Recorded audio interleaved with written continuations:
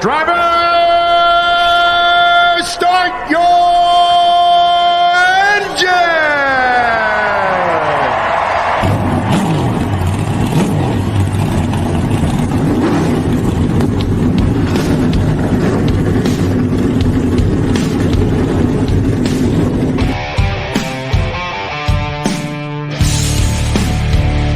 Strap in and pull those belts up tight as the Sports Gambling Podcast Network presents the NASCAR Gambling Podcast. I'll wreck my mom to win a championship. I'll wreck your mom to win a championship. With all the news and the best bets for your NASCAR weekend. It refrains me from not beating the out of you right now because you asked me stupid questions. But since I'm on probation, I suppose that's improper to say as well. If you could talk about racing things, we could talk about racing things. Now, here are your hosts, Rod Villagomez and Cody Zeeb.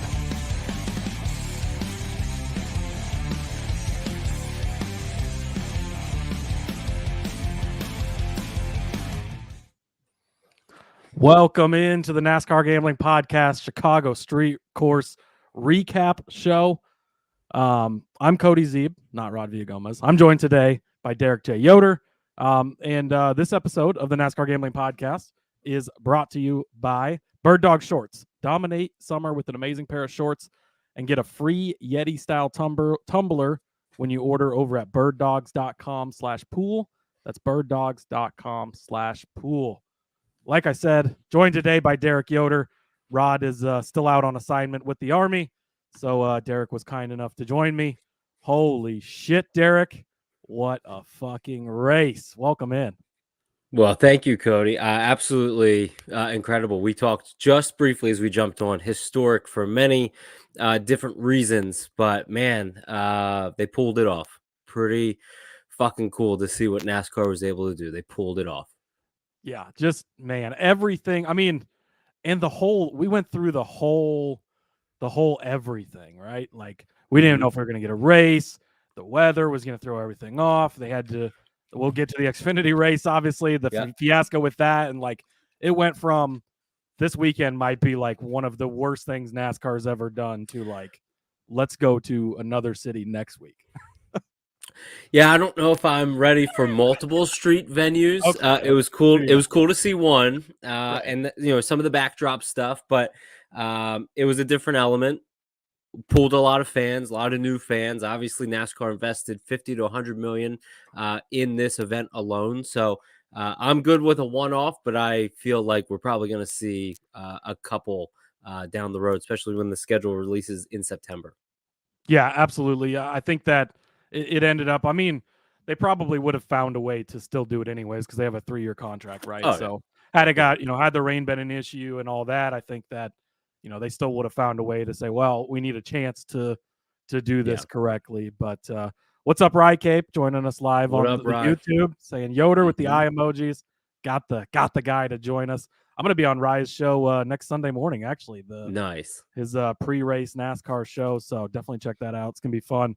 Atlanta. Don't want to jump too far ahead, but Go Fast Troy says a horrible look for NASCAR. I'm guessing maybe he's talking about SVG. Obviously, kind of buried the lead. Shane Van Gisbergen wins in his very first start in a NASCAR series period, I think, right? And does it in the NASCAR Cup Series. Shows up everyone.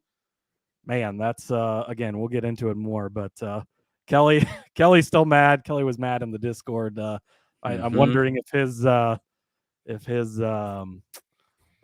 TV is still connected to his wall, because I think that was possibly going to come off the wall, I believe. But yeah, it happens. Crazy. So, and no, it is. Rye says NASCAR report called out SVG also. So hell yeah, props to you guys. I was so mad when he didn't get the pole, because we called him out for the pole, 30 to 1. So close on that. Didn't love his odds during the race, but and man, you don't know what to expect from these guys. Like when we see ringers all the time, they come in and it's like, nah, and oh well, here we go. No, it's crazy. I mean, just like what Troy was saying there, SC saying about how it's just a random person wins, and I tweeted it out. Drivers that are competing for that top 16 spot are probably rooting for SVG to win, not Haley. Obviously, Chase still has a little bit of work to do to get into that top 16. So I think there were more drivers than not rooting for a guy like that to maybe pull a wild upset. But it's amazing what Justin Marks Trackhouse is able to do to get a car that does not race every week at all. This is their second entry, I believe, this year. And to have that be something where they went out and won with a driver that has not been in a cup car. However, the V8 supercar that he races over in Australia, very similar.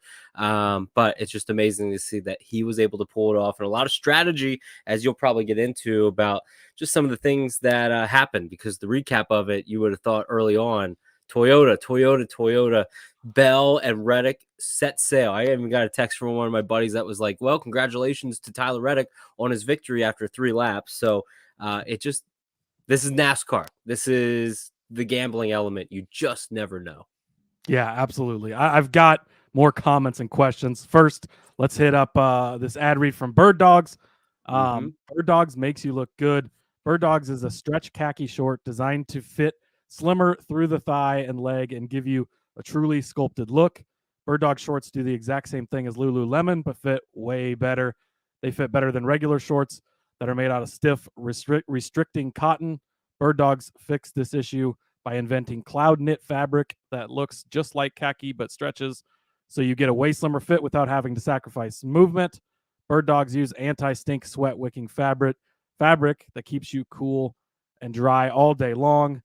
AKA, oh man, I know I forgot the phrase I've been using, but swamp ass. You mean swamp ass? The swamp ass reliever, right?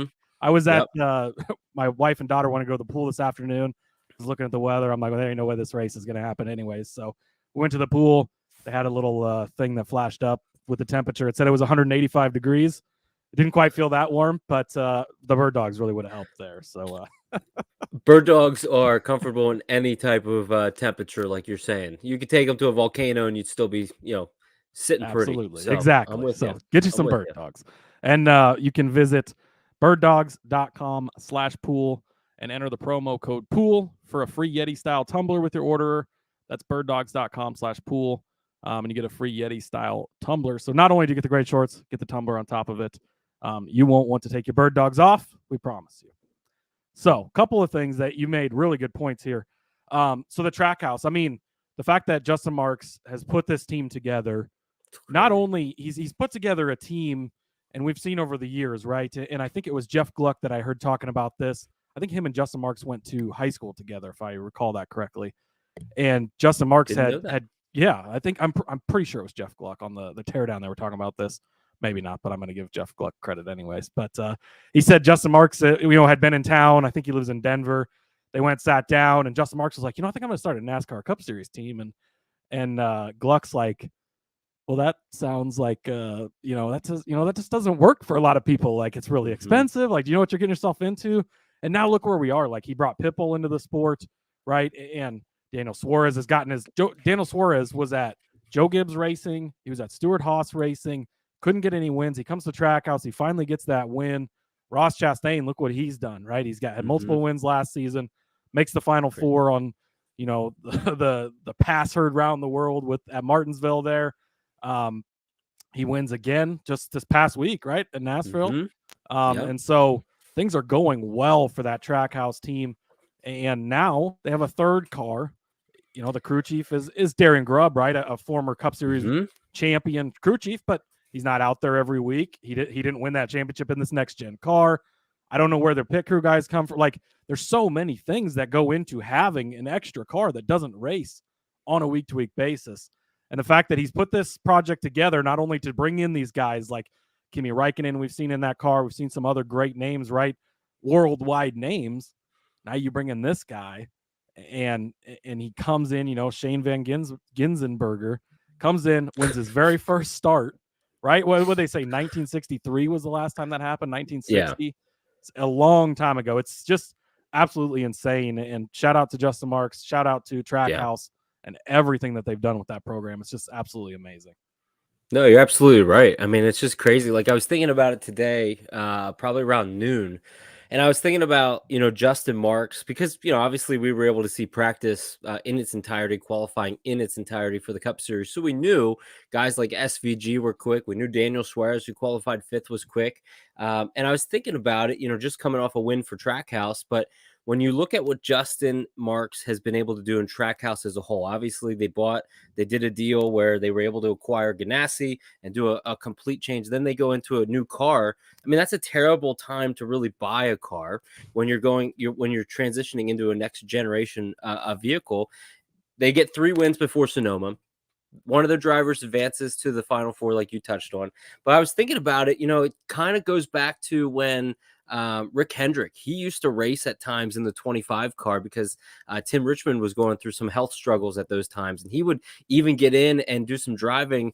And it was just interesting to think, well, here's Justin Marks racing in an Xfinity race, touting his company, brands, jockey, Advent Health, like all these brands are coming in. And I tweeted it about an hour ago. I said, when SVG wins this race, the amount of phone calls that this guy is about to get from Max Verstappen, Lewis Hamilton, we saw Scott McLaughlin tweeting out. The phone's going to be off the hook just from a driver's standpoint, but then brands and partners wanting to be like, that 91 car, that 1 car, that 99 car, we need to be involved. The culture that they're building over there obviously is seen, and you see it in all the videos, you hear it in some of the interviews. So just amazing. It's a modern day Rick Hendrick that we are watching and witnessing.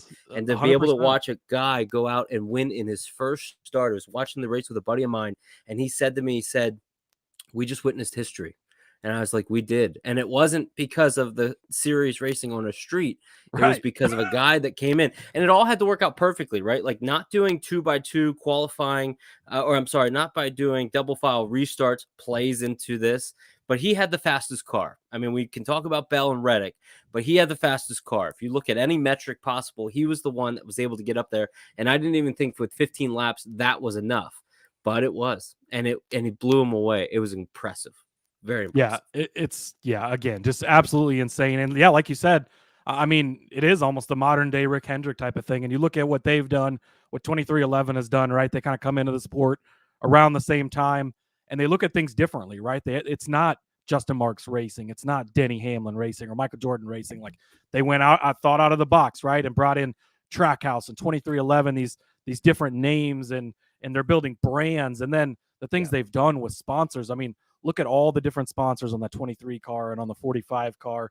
And, and they've even run, they had Travis Pastrana in the 67 car, I think it was earlier this season. Correct. And we might see that car more later on down the road. And then same thing over here at Trackhouse, the sponsor on the 1, the sponsors on the 99, now on this car as well. Like it's amazing to see what these guys are building and what these teams are building.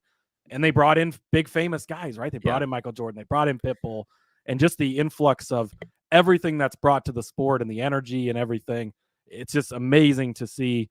It's outstanding. Another point that you brought up that I wanted to touch on, points implications.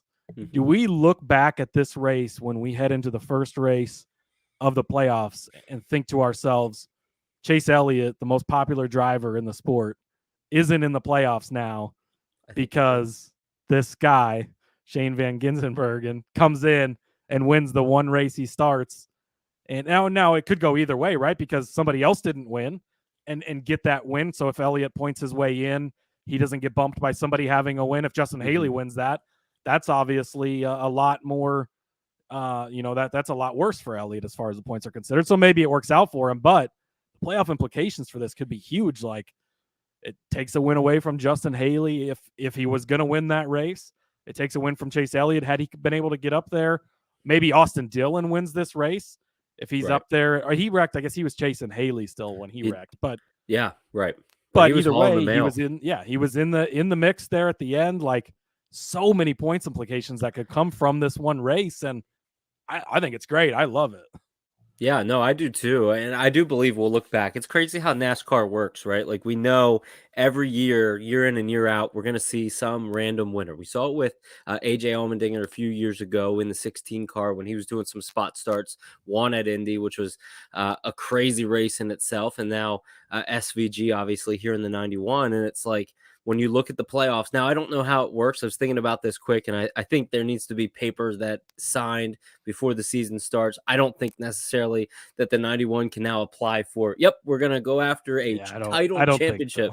So, which is good, right? Because I know they threw out all the point stuff. Like, you don't have to be in the top 30, just get a win, you're in. But it's good to see that, this car in particular is able to bring in different talent. Now, we want to see our stars win. This is a one-off type event. It's so unique. It's so random. So it's going to it was the perfect storm for a scenario like this. But you got guys, like you said, Chase Elliott. Now, we know he's going to get in. Cody, you and I both know he's going to get in. I mean, he probably is, right? But I was telling my buddy, I was like, watch, here comes a caution. And sure enough, there was a caution. I was like, yeah, I saw this one coming. It looked like everything. I mean, you could have had the whole, they shortened the race after Chase Elliott pits. He gets up there I mean, as an Elliott fan, I try not to look into that too much, but it's there. It's obvious, it's right? Right there. Sometimes the things get set up, and we've seen it in the past. That's any sport wants the stars to shine. See it in the NBA. Certain guys get calls that other guys don't get. Yeah. The NFL, like, it's everywhere, right? And so, I still think he gets in, but the implications of we could look back and maybe this ended up being his best chance. Who knows?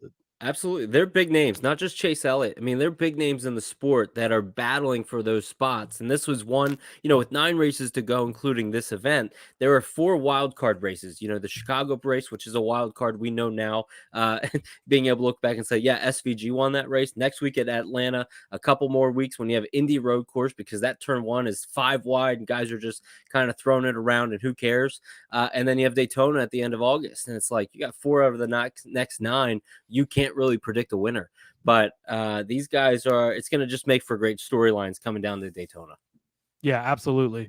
You guys are blowing up the comments. We appreciate everybody who's joining us live. We will get to the comments, but first, we're brought to you by Underdog Fantasy. Best Ball Mania 4 is here, and Underdog Fantasy is giving away $15 million in prizes. Underdog Pick'em is also a great way to get down on your favorite MLB and NFL season player props. I have an article out there right now on sportsgamblingpodcast.com with 10 of my favorite over and unders on NFL season long props. They've got, it's crazy how many different things they've got in that. It's, rushing yards, receiving yards, passing yards. You can get quarterback rushing yards, passing touchdowns, receiving touchdown, rushing touchdowns. They've got the whole gamut on there and tons of options and players in there. And again, if you're not in a legal betting state, Underdog's available in a lot of states where betting is not legal. And so that's a great thing to do. So many ways to win over on Underdog. And again, like I said, Underdog's available in so many states. You can head over to underdogfantasy.com and use promo code SGPN for a 100% deposit bonus up to $100. That's underdogfantasy.com, promo code SGPN. Like I said, the comments, you guys are blowing up. So let's go through some of these. Go Fast Troy had Haley 100-1. Man, it's first of all great bet because there should have been no reason that he should have had a chance, but to be leading this late where things set up, and that was something that Rod and I hammered on last week, and I know you guys did too, and most of the people in the industry that I listen to, same thing. Like, nobody knows what to expect here. You can't really, there's not really a bad outright. It's kind of play it like a super speedway, right? That's exactly what that type of bet was, and man, the sweat you had at the end sucks that it didn't cash, of course. Mm-hmm. But that's still, man, 100-1. That would have been a hell of a story for you, Troy. Now I get why SC here is in the comments a little upset. So I get it now, SC. I feel that's why he doesn't like this guy winning. Which I totally understand. I'm rooting for you personally, but I get it. But it's just it's an interesting thing, right? I mean, I would have thought, and I even made an argument. I didn't bet this, but I was making an argument earlier for Suarez over SVG. Starting 5th, Suarez was, SVG 3rd. We know how good he was in a practice standpoint. But just when you get into these races, right, these guys start using up some of the newcomers. And I think they even reported in the race, they said, SVG was saying about how if he starts getting used up, he's going to back off a little bit because that's just not how he races. We never saw that. And I thought Haley, if he could catch him, he was going to put the bumper to him. And then Chase obviously was going to do it. That's where I thought Elliott was getting his win. That's where I thought taking each other out. But yep. Yeah, Kelly also said, would love to see how he races at Atlanta. Is it possible for him to be good at other tracks? I don't know much about the V8 Supercar Series. I don't think they race ovals. I don't know if you know much about it at all, Derek. I would guess that it would be a different story at an oval. At a drafting track like that, though, I mean, how many times have we seen guys come to Daytona and run good and stuff? I mean, this guy is not a slouch. Like 80 wins in the Supercar Series, a 3-time champion. Like that's like a Kyle Busch going and racing in the V8 Supercar Series, right? Like he's a very good racer here. And and again, like you talked about, I didn't realize how similar those cars are as far as close to as close as they are to these Cup cars. So it's I guess, man, I don't know. His odds weren't the best going into the weekend. It wasn't the super long shot, so it was like tough to bet on a guy in his first start. He doesn't do those types of pit stops. I don't think he's used to driving on the right side, shifting with his left hand. Like so many things. Just nobody's won in their first NASCAR race since 1960. Like so many things stacked up against wanting to bet on a guy like that. But man, just crazy. No, I never would have thought of it as a guy that kind of touts some different plays and does content creation. I never would have felt comfortable giving out anything SVG, Jensen Button. But hindsight is now 2020. You can make those kind of debates, but it's interesting just seeing what he was able to do with that 91 car. I even thought too, when I was talking about the Suarez head to head with SVG, you mentioned a little earlier, but the pit crew, and it's like a mishmash pit crew where you got a couple guys here, a couple guys there from different teams. You're putting everybody together, but it's a third party pit crew. It's not one of the main ones. So crazy. Yeah, and is that Autumn? I don't know how you say that name. I like it. That works. I like it. I think that's right. Okay. Says he's been watching Australian supercars, Super V8 cars for years. He knew he had big chances. He's a monster driver. We know that now, right? So, but yeah, it's and he did say no oval as well. So I do think it would be a transition. Not that he couldn't do it, and obviously, if you're in good equipment, that's the thing, right? Is we've seen some guys come in and they end up in a Rick Ware car, and it's like, what could they do if they were in a Trackhouse type of car that is a higher tier car like this one? Look how good Jensen Button did in the Rick Ware car. Like he was practicing well, he qualified well. If he was in that Trackhouse car, it would have been the same result. Maybe not, obviously, but would be interesting to see what those types of guys could do. So let's put our tin hat on for a second, because I'm curious to hear what your thoughts are regarding 2024. We know that's a major year for the sport with a lot of TV contracts, but this car, the 91 car, just got a victory, right? The third makeshift car for a company. Do they go with a full-time charter? Did this just get them so much money now where they're like, hey, we could purchase one of those charters full-time and bring up a guy like Carson Hocevar, or bring somebody over that has experience in the sport? Or do they just stick with it? I mean, it depends on driver dependent. I talk about price dependent a lot from a gambling standpoint, but it's also driver dependent as well. So what's your kind of quick hot take with it? Yeah, I mean I like it, Derek. I like where you're going. It's I mean, think of it, right? If they get an influx of money from him winning, they get all these sponsors, they get more opportunities with this car. Like if it, Pitbull's got a little bit of money, right? So I mean, if it works out and they want to add another car, they've been successful with 2 cars. Now they've been successful with a third part-time car. Like, why not give it a chance, right? And then, I mean, you look around. I don't have the free agent list in front of me. Maybe Denny Hamlin's ready for a switch to Chevrolet. No, I'm just kidding. I don't think that's going to happen. But no, that's a little too far. You look down, right? Like, does Martin Truex Jr. come back? If they re-sign Denny Hamlin, John Hunter Nemechek's kind of sitting out there. I don't know what his deal is with Toyota necessarily, but you got a guy like that. Like, he's probably ready for another Cup opportunity. Guys like Carson Hocevar is out there. He's already in the Chevy pipeline.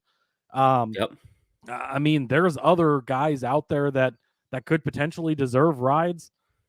Or maybe you put together, a schedule that has certain guys at certain places. You bring Shane back to run road courses, and then you have a super speed, an Austin Hill type of driver on super speedways like Beard Motorsports does, or maybe Austin Hill's ready for a Cup Series ride too. Like there is many options out there, and it'd be interesting to see, because again, this could open up so many opportunities for a team like Trackhouse and for that that 91 team specifically to add something to it. So I like the tinfoil hat, and I like those thoughts. Yeah, I think the as the saying goes, I think the 91 cars entered the chat essentially. There you go. With silly season. So Rye is calling out SHR. They better be calling SVG to get him in that 10 car next season. He did say one more year in supercars, and then he was willing to come to NASCAR. So maybe he'll bring Stuart Haas back for the 2024 season. Yeah, I think NASCAR is going to look a whole lot different when he would come back in 2025 than it even is right now. So, but still, just a wild moment, like we said, made history, or witnessed history, I should say.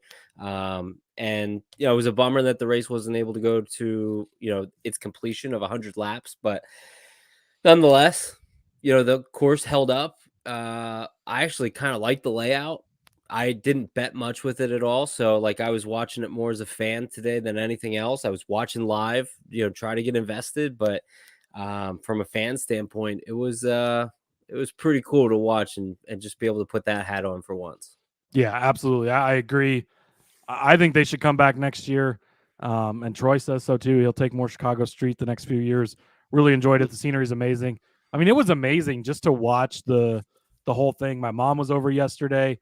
She doesn't really care about NASCAR, but I had it on while we were visiting and stuff. And she thought it was so cool.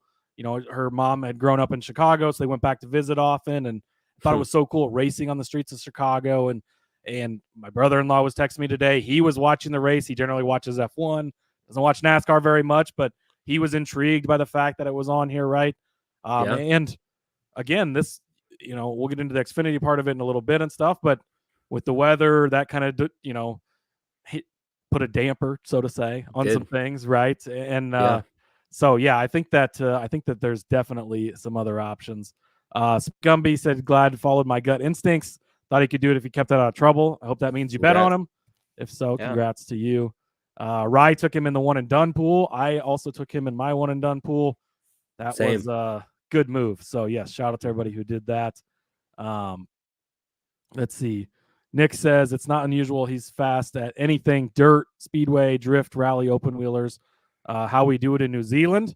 So there you go, Nick. If you check in from New Zealand, that's awesome. Thanks for checking us out. Good afternoon to you, Nick. Yes, exactly. It is around probably lunchtime there, I think. Yeah. So that's awesome. Again, it was great to see him. Again, I did not know. I don't think I'd even heard of the guy, to be honest with you, until this week. So it was great to see that. JDK says we all knew 83 was going to do 83 type things, and Troy thinks he shouldn't even be an ARCA. His grandpa owns the team. So I think Austin Dillon's still a good driver, but it's funny. So I think we could have a whole episode on Austin Dillon. I really do. He shows up. He shows up once a year, to a random race. Maybe this was going to be it. He's going to be good on super speedways. But it just, he was getting ready to back. I mean, Haley backed himself into a top 3 finish. Chase got backed into a top 3 finish. They never were deserving of those placements whatsoever. So just crazy how the race flipped on top of its head when the caution came out. Some guys pitted, then they lessened the race or the laps. And I was like, this is an opportunity to buy some of those lower tier guys, the Logano's, the Byrons, and then we know how it all went. So crazy. Yeah, it's again, it was a crazy race. Let's we'll walk through the bets real quick. I know Rod's obviously not here to recap, but we'll just breeze through them quick. He had an Eric Jones top 10 at plus 350. Again, looking back, I think that just throwing down like plus money bets like this was definitely the way to go, right? This is kind of, there was still some names up there you expected, right? Chase Elliott's in the top 5, Larson's in the top 5, Kyle Busch in the top 5. Not necessarily the way you thought they would be there necessarily, though. I mean, Larson had gotten up there, before the whole flipping everything. We ended up with that one big wreck that everybody piled into. That was something we talked about last week. Maybe this was going to be a type of thing we would see. Eric Jones ends up finishing in 16th, so a couple spots out of cashing that one. But I still think it was a pretty good call. I had Austin Cindric at a top 10 at plus 150 and a top 5 at plus 450. He did cash the top 10. at 6th place and so damn close to cashing that top 5. That would have been a little sweeter if he would have got it. It sucks when you get so close. I mean, you're one spot away from cashing a plus 450. Man, it's well, I'm happy for you for cashing the top 10 Cindric plus 150. And like you said, that's definitely a bummer whenever a guy does not finish one. He misses it by one spot. I had a top Ford on McDowell and Logano to finish as the top Ford. And guess what? Cindric beat them. He was in 6th. The other two, 7th and 8th. I think I gave that out on our bonus show. I did. Yeah. On Friday's bonus show, 6-1. The only 2 bets I was on was those 2. Oh, and man. So I was happy with it the entire race until about, I want to say, 8 to go. Yeah. So just to touch on that, so Cindric is 6th, McDowell 7th, Logano 8th for the top Fords. Brutal. I did give out Austin Cindric on Friday's bonus show at 6-1 as the top Ford. Looked rough going into the weekend. He did not qualify very well at all. He started 31st actually, but did cash that one, so that ended up working out pretty good. Rod had Allmendinger top 5 plus 180. Just didn't quite see from Allmendinger what you would have expected this weekend. It was overall very disappointing, I think. What was your thoughts on Allmendinger? I mean, qualified 10th, right? He made it into that final round of qualifying, but other than that, like I don't know. He was 8th in stage 1, I guess, and 9th in stage 2, so he was hanging out in the top 10 all day, but you never really heard from him much. No, I think with Allmendingers, if he doesn't unload fast, he's not going to be really good. He did unload fairly quick, but it wasn't to the level that he's typical at a technical course, as I've been calling it.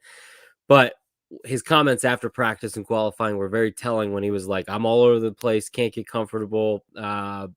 Pretty much I'm driving like shit and I'm not expecting a whole lot. So, but I definitely get your reasoning or Rod's reasoning for wanting to get down on him for a top 5 because, a guy like that's going to excel in getting in and out of the corners. But, with all the weather and stuff, it just threw a whole different element into it. Yeah, well, and it really seemed, plus 180 felt like really good odds for a guy like that. Maybe things could have gone a little differently, but they did not. I was all over Ty Gibbs this week. He looked very good as well. I had him at his top 10 at plus 190, top 5 at plus 650. Again, cashed the top 10 in this scenario. Didn't get the top 5, but I will take the Gibbs top 10 at plus 190. Man, I was hoping this would be Gibbs's week to get it done. Not quite, but he's got one. I thought it was his day when he got by that major pileup, and he just snuck by. I texted a buddy of mine and I was like, Gibbs now, like that. It came up in the Discord and they're like, Gibbs made it through, and I'm like, okay, here we go, we go, baby, come on, man. Yeah, no, that's another good top 10 there. You got 20% of the top 10 you called out correctly. That's impressive. Yeah, so that was really nice. Rod had Reddick top 3 plus 250 after qualifying. After the first 3 laps of this race, like you said, your buddy said, like, this was a lock, right? This was great value. Everything was going well, and then we end up getting that flipped caution thing, and where did Reddick ends up in 28th? So just not indicative of the day he actually had. Of course, running up front all day long, 2nd in stage 1, 3rd in stage 2, and then once things got flipped there, went downhill for him. I think he ended up in the tire barriers multiple times, maybe even there at the end, and just did not end well. I had we talked so much about how head-to-heads end up finishing back-to-back. I had Larson over Elliott, and I only took this one because it was plus money. After qualifying and everything there, this looked pretty good, right? Elliott starts 26th in the grid, but actually has to go to the back and start because they switched to the backup car after he nailed the wall. Larson starts 7th. You think there's probably not going to be a ton of passing, and this looked like a pretty good bet. Obviously, the whole flipping, and even throughout the race, this looked like a good bet. Elliott was not really a factor. He was kind of stuck back there, right? He was not moving forward much. So this again, I think it was the right side of the bet to be on, getting the two pretty equal guys in this scenario at plus money. Didn't pan out at the end.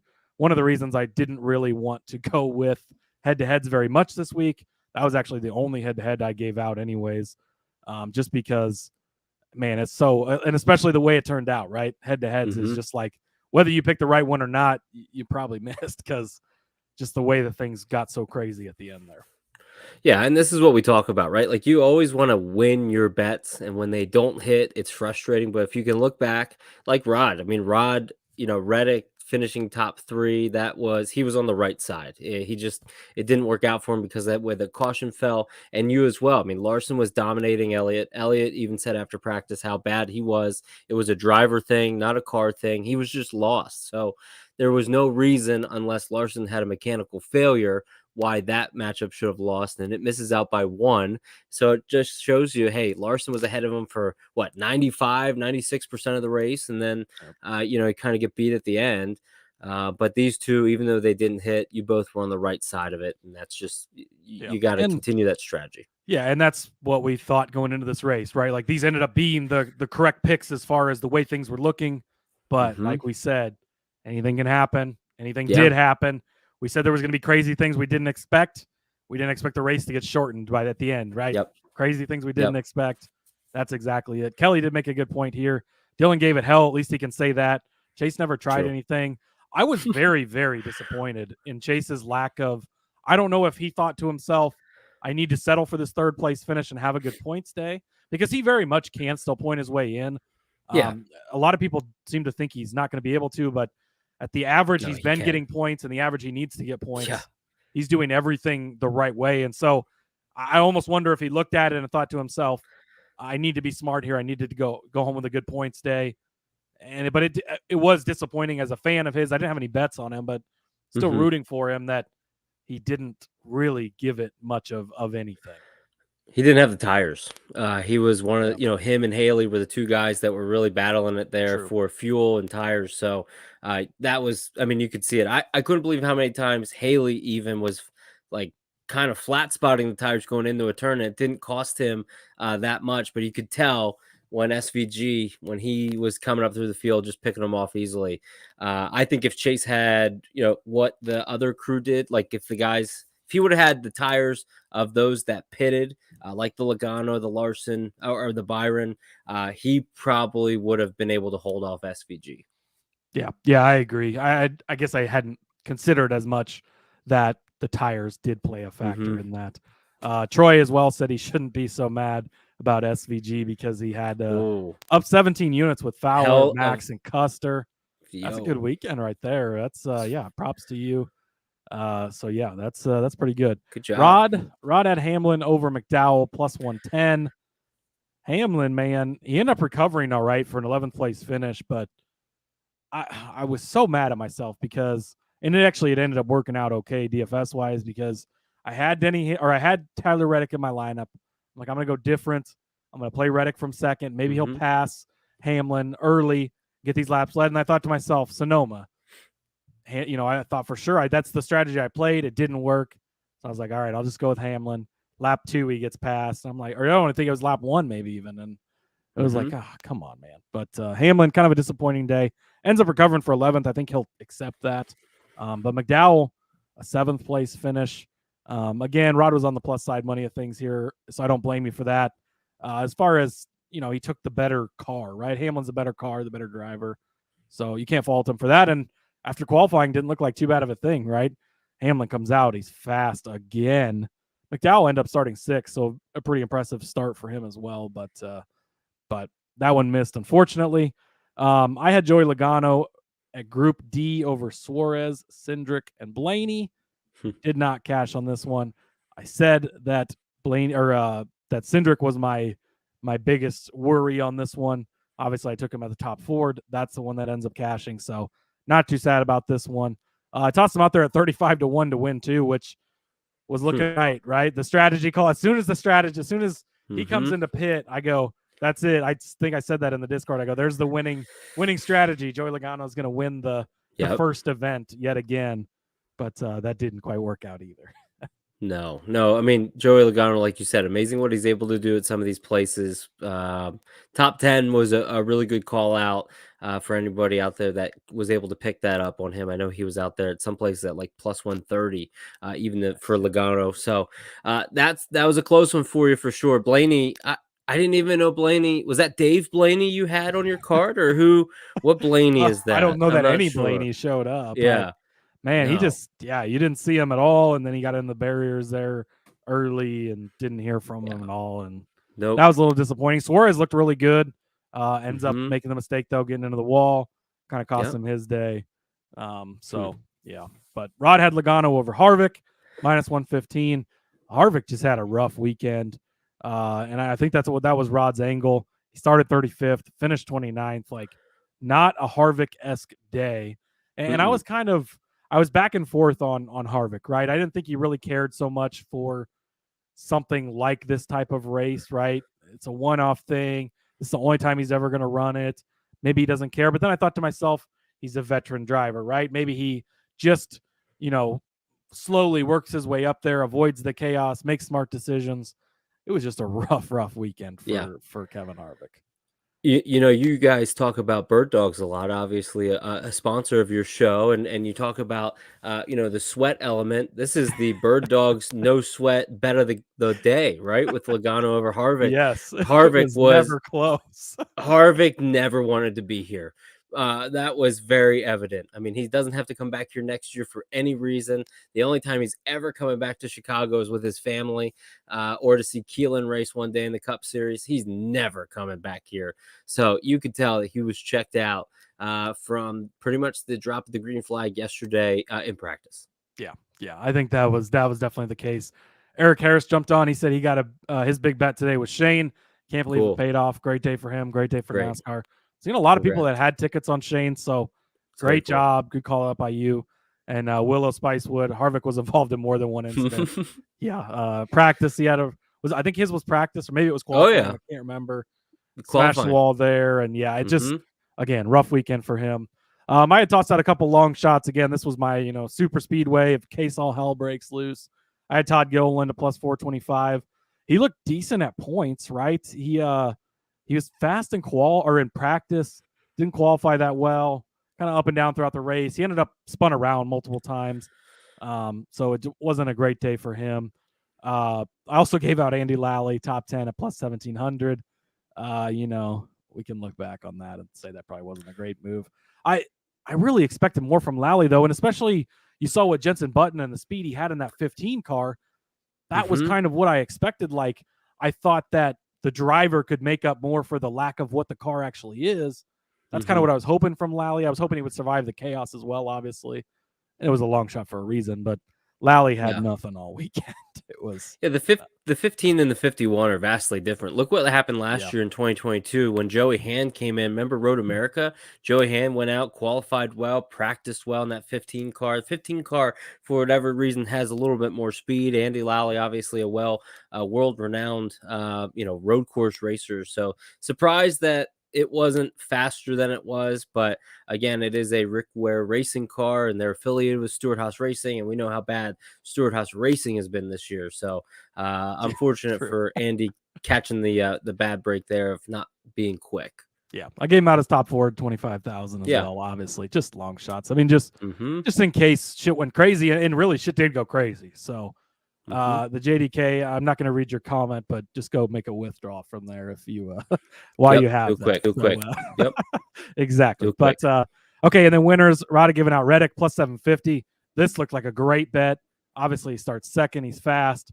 It looks much like it's going to be Reddick of the other road courses. Gets the lead early.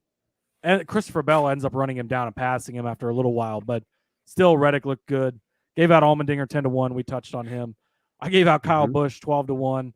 I meant to say that was for him to be the first car to wreck. Just throws it into the barriers. That was he had a kind of a rough day. And he ended up finishing at 5th, which is crazy that he ended up coming back. He made it. He snuck through that late wreck as well. I did have some hope when I saw him and Gibbs both make it through there. I'm like, okay. Blaney 45-1. Again, for where the odds were, like, I'm not mad about that. I skipped over Cindric. Cindric 28-1. That ended up looking like a really good one. And then Gibbs 55-1 again. For guys that finished in the top 10 to get him at 40 or 28-1 at 55-1, I don't think those were bad bets at all. Obviously, we got an unexpected winner. Second place was an unexpected finisher. Austin Dillon up there was unexpected at the end. So I think that taking these types of darts was the right strategy. Andy Lally was 100,000-1. That was more of a joke, but it was fun to throw out anyways. It's crazy. No, I mean, you took some swings there, and you got guys that finished inside the top 10, so you were able to sweat that out a little bit. But be curious to know how that would have played out if it would have went to its actual completion of 100 laps versus the 78 that it did due to darkness. So that would have been an interesting thing, how that played out. But yeah, I mean, Kyle Busch, gets into it early into the tire barrier, but the marketing machine of the day, Noah Gragson getting that Wendy's car, tons of TV time into the tire barrier, 6 times it felt like. So just crazy to see all the chaos that was down in that turn 6 area. Yeah, absolutely. And yeah, that's another thing we didn't talk about too much, but yeah, I mean, had this gone another, 25 laps, things could have been a lot different. We could have seen a lot more chaos. Obviously, I mean, NASCAR made the right call. We've seen them do this before. Did it a couple years ago at New Hampshire. They had to shorten the race. It's not like the teams didn't know it was coming. Like, the broadcast talked about it multiple times. Right. Bob was tweeting about it. Jordan Bianchi was tweeting about it. I mean, these guys were tweeting about it. Everybody knew it was going to happen. You do the math. Wasn't going to be enough time to get to the end anyways. So I think that that was kind of expected once it got to that point. I'm glad we got it in tonight at all, because seeing some of those, I mean, there was tires floating on pit road earlier in the day. For them to get the race in, very true. Absolutely incredible job by, for the weather letting up obviously a little bit, and then by NASCAR and the crews getting all of that done. Willow also said, had Cindric, Buescher, Gibbs, and Busch. Good day for you. Definitely a good day. Very nice. Kelly, couldn't get myself to pull the trigger today when seeing Larson over 1K pre-race. Couldn't take Shane. Yeah, man, I think just going forward, anytime Kyle Larson gets over 10-1, like, you almost have to just auto bet take him. Yeah, other than on a super speedway, because we'll get into that later this week. But yeah, he was coming fast. I got him live at 7-1. And Kelly says, shorten the damn race before it starts.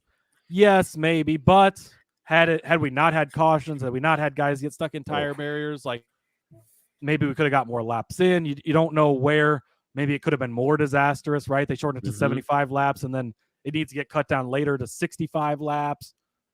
It's hard to do it a little bit there. So again, this is a different scenario than NASCAR is used to on a regular basis, right? Like, this wasn't a typical race. Like, sure, they probably could have moved this race to Monday if they needed to, but would that have cost them another $10 million, $20 million? I think so. And then you're pissing off the people of Chicago who use those roads to get to work. There's all the workers that are coming in to tear all that stuff down tonight. There's so many other things where it's not like they were just at Chicagoland and, okay, sorry, everybody, we'll come back. We'll finish this on Monday.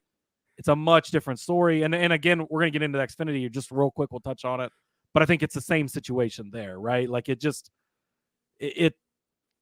was so different because of the setting, because of the situation, because of the scenarios they were presented. And so I think that they did the best they could with what they were given. And I think it ended up, working out pretty well. The JDK, do you guys think that the clutch work actually helped with unloading the rear and stuff like that? I don't know that much about how all that stuff works, but there's got to be something said for he was the only guy doing it, and look at how fast he was.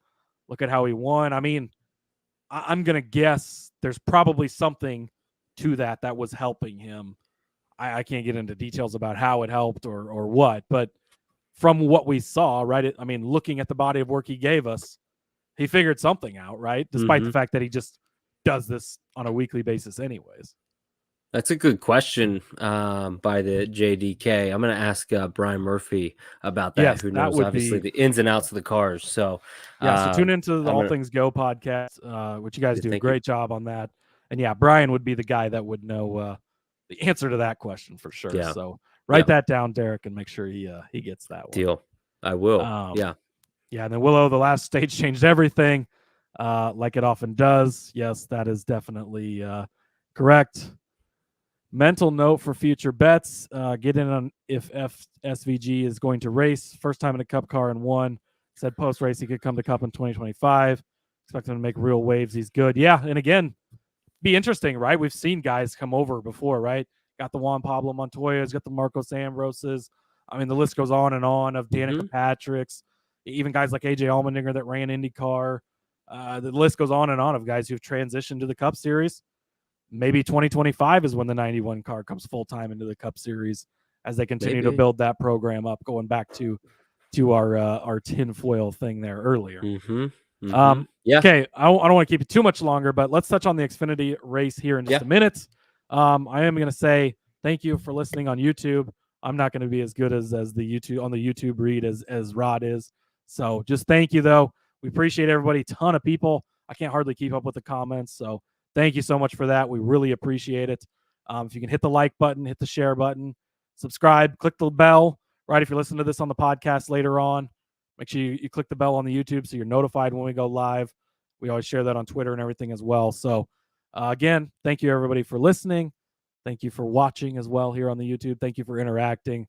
And, again, thanks to Derek as well for jumping on and joining me in Rod's absence. I appreciate it. Xfinity race, Derek. What are your thoughts? My thoughts are bummed. I'm really bummed because, so many people were tuning in. You mentioned earlier about how you had, I think you said your brother-in-law and somebody else was commenting about the Chicago race. And we were over at a neighbor's house. My daughter enjoys going across the street and playing. And the conversations there when they found out some of the stuff I do with NASCAR, and they said, yeah, they're racing in Chicago, right? And they never watch any racing. So the conversations, the marketing efforts made by NASCAR was definitely, you could see that it was making its waves, and it did a really good job to where people that don't watch it knew enough to know that that's happening. And the Xfinity cars for me would have been a tremendous product on that circuit. No rain, no issues. Would have been really cool to see how everything would have played out. Unfortunately, we were only able to see 26 of the 55 laps, and that's a big bummer, especially for the teams that couldn't race today. They came back, they got in the car. It's still raining. I get NASCAR tried. They have obligations with USA, NBC. I was texting with a buddy of mine that works for Jeb Burton's team, and it was just a real disappointment for them because they got there in preparation to go race, and obviously can't help Mother Nature. It's just this storm system sat right on top of the city. So really a bummer for that series and all the drivers, because that is the next wave of drivers coming into NASCAR, and what an opportunity that platform would have been for them. Yeah, I think just overall we were robbed, right? It just the way things worked out, it sucks. I mean, I live in the Midwest here too, about 8 hours from Chicago, but a lot of Midwest weather is the same. It hasn't rained here in like 5 years, I don't think. And over the last 4 nights, like we've had flash floods because it's rained so much. Like it's just how it works. The weather is so weird here. Weather seems to follow NASCAR wherever it goes just because it can. And it's like, it sucks. But again, as we touched on with the Cup Series, with them cutting it short, like had this been at Chicagoland or at any other oval track, they would have just delayed this race until Monday. They would have finished it, got to the conclusion of it. It would have been fine. We'd have a lot more to talk about. That wasn't just enough. They're not going to push the Xfinity Series race, especially into Monday. They were really close to halfway. The rule in general is you make it to halfway. It's an official race. They were close to the end of stage 2. It sucks. My first reaction was kind of like, are they seriously going to count this towards the championship standings at the end of the year? Are they seriously going to count this for bets?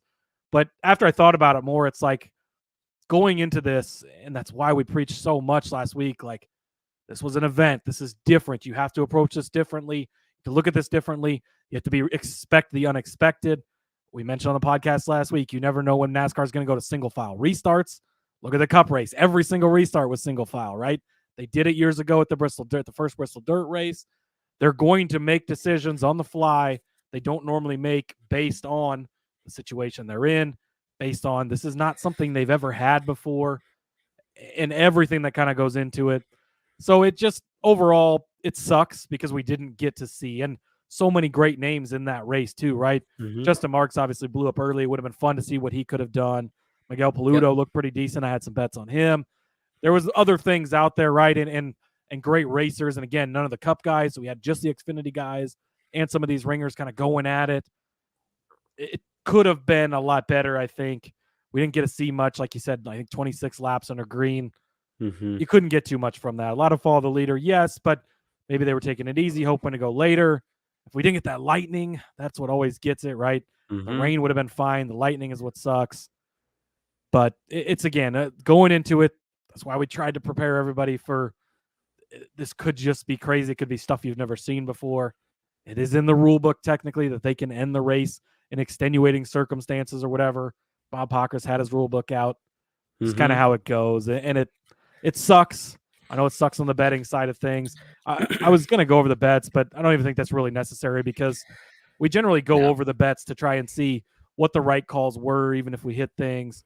We like to brag about the ones we hit too, of course, but why we maybe would have called something different or why something didn't work out. But it's hard to look at any of this stuff when we didn't really get a race at all. So it's unfortunate, but again, I think just the situation NASCAR was put in, it sucks. And it really is, wish it could have gone differently, but I think they made the right call based on the situation they were presented with and how things just kind of lined up. Yeah, I think that was well said. I mean, this reminded me so much so of what 1979 was for the Cup Series when CBS came on the first live broadcast. They needed to get that race done that day. There needed to be a time frame. Now we're in so much of a different world now in 2023, but this was the same scenario. NASCAR Cup Series was racing on Sunday, July the 2nd in Chicago. No ifs, ands, or buts. And so if their minor league series, the Xfinity series, was not going to be the thing that happened the next day or impeded any type of a delay for the Cup Series. Like you said, they ran 26 laps. I want to say maybe 20 of those were green flag. There were guys that pitted because there was rain coming. They were thinking about, hey, even if this gets delayed, we are in now a good position. Look what happened today with guys like Justin Haley, Chase Elliott, Austin Cindric, or Kyle Busch, Austin Dillon as well. They pretty much were doing the same strategy as what the Cups or the Xfinity guys did, and ultimately it didn't pan out. So you're going to have a lot of matchups that are flipped. You have a lot of guys that even dropped out of the top 5 or group bets as well. So it's really hard to look back. And I was telling my buddy Mike Bachman, who does our Xfinity show, and I said, hey, man, you can't look at this race and be like, I missed on this, and this. You only got 20 some laps. You did not even get halfway, and you did not even get to the full duration of the race. So it's one of those things where you got to say, I pretty much just donated the sports books onto Atlanta. Yeah, and if you had we had some people that had Custer. If you hit some bets, great, right? It works both ways. Sucks when you don't hit them, but if you do hit them, it's it's kind of luck of the draw. That's how it goes. If this would have been the Cup Series, I think they would have paid the extra money to go the extra day if they had to or whatever. Oh yeah. But with it being the quote unquote minor league series, right? With the Cup Series coming up, they had to get like you said, the Cup Series was happening today with as much rain as there was. Again, if we were at a normal quote unquote track, that race, there's no way they would have even tried. Even if it was a regular road course, like they would have just postponed it to the next day. Everybody comes back tomorrow. Again, extenuating circumstances, right? This was a different thing. Overall, though, I'm impressed. I loved it from the second that they got out there in practice, right from the get-go on yesterday, right? Saturday. Everything was great. I loved the views. I loved the track layout, the toughness of it. It didn't end up being where they all just piled into the first turn and everybody wrecked. We had one wreck like that in the Cup Series race, but there was racing, there was passing. Oh, how about the passes for the lead in the Cup Series, right? SVG gets around Haley. Haley comes right back and slide jobs him. SVG goes back around it. Like, it was great. Austin Dillon, he tried. He gave it his best shot to get to Haley, overcooked it, took him out. Like, so many great things throughout the thing. Again, this was the first time, too. So if they continue to do this, it's going to get better. I think they will continue to do it. I think they'll be back in Chicago next year. I think it's a 3-year deal. I think there's options and stuff, obviously. A lot of red tape and a lot of all that stuff behind the scenes, of course. But this opens up other opportunities down the road, right? F1 is racing in Las Vegas, on the streets of Las Vegas, down the strip later this season. Is that a possibility for NASCAR down the road? New York City, do you race through the streets of downtown LA instead of going to the Coliseum? Do we go overseas? Do we go to other countries? I mean, so many other opportunities this could potentially open up. And we've seen the way NASCAR's been lately where they're taking opportunities. and they're expanding their thought process and what they do. And so I think that overall this is a success. Perfect race, perfect everything. No, but great stories, great racing. And I think overall I'm going to give it a success, and I hope to see it again next year. Yeah, I think we'll definitely see it in some capacity, like you said about F1. I know the NASCAR series, the championship is something that ends well before the event that's out in Vegas. But, Miami Grand Prix, they put on an event for F1, and that would be a really cool venue to get down into those markets. We know NASCAR is based out of Daytona, and they already have a few races in that state. But there could be different elements. I mean, how cool would it be to have the F1 fans and the NASCAR fans in the same building at the same time? You want to talk about different worlds eventually. I think so. And that's where then I think you could see something like, different drivers coming over and doing like the Project 91. Put Max Verstappen in that 91 car. Oh, man. I think that would probably have to be an off weekend. I doubt he's going to be jumping in a NASCAR car, but I thought about that, and I thought I better not say that. Yeah, true. Good point, I guess. but like you said, I mean, I know a lot of people talked about Long Beach, out in California, when the Indy car's out there. Go to a place that is already designed. St. Pete. St. Pete early in the St. Pete's early in the season when you have a gap right now for Auto Club, yeah, I'm in favor, and I tweeted this out again. I said something I tweeted out, but I tweeted this out where I said about how in 3 to 5 years we are going to look back at all the efforts that were made, with dirt, with bringing back North Wilkesboro, doing a street race, maybe going out of the country, just doing different things, especially with this Gen 7 car. And we're going to look back in 3 to 5 years and say the sport was trying their damnedest, because they missed the mark back in 2008 and are really trying to put the pieces together, bring that fan base, the older generation of fan base. That was the Earnhardt, that was the Davey Allison that had that driver. They're not sure who to connect with anymore within the sport. So now this younger generation that we're trying to bring into the sport. And if you've never been to an event, a NASCAR race, you have to go. It is better than any other sporting event you could ever be a part of. Just the stuff you're able to get access to, the drivers, the garage, the fans. It's just amazing. So I think in 3 to 5 years, we're going to look back and say the efforts that were made in this time frame really shaped what our kids will be watching and our grandkids will be watching in the next few years. Yeah. Couldn't have said it better myself. 100% agree with you. I think that is very true. And it's great to see them making the effort, trying to grow the sport, trying to get new fans, trying to change it up. I think that it's all a great thing, and I think that this weekend showcased that. Well, Derek, I guess we should probably end this. I could talk to you for hours and hours, of course, but I really appreciate you jumping on with me. Sure. Thank you. You have any last thoughts? And then go ahead and plug all your I'll take a coffee break while you plug all the things you have going on over there. No, I appreciate you asking me to be a part of it. I always enjoy chatting with both you and Rod, but I appreciate, filling in from time to time and interacting with your audience. And, again, we saw history today for a number of reasons. Really cool to see SVG, Trackhouse get their win. We're really heading into those summer months. I can't wait. I'm actually going down to Atlanta this week, so I'm excited to be there for Xfinity and Cup and do some networking. So if you're at the track this week, make sure you reach out at Derek Yoder _ on Twitter. Get interactive with me. Would love to say hello. Also, do the NASCAR betting preview show every Wednesday on Twitter Spaces. We have Chris of the Flag Hunting Pod joining us this week, so make sure you check that out at 8 p.m. Eastern live on Twitter Spaces.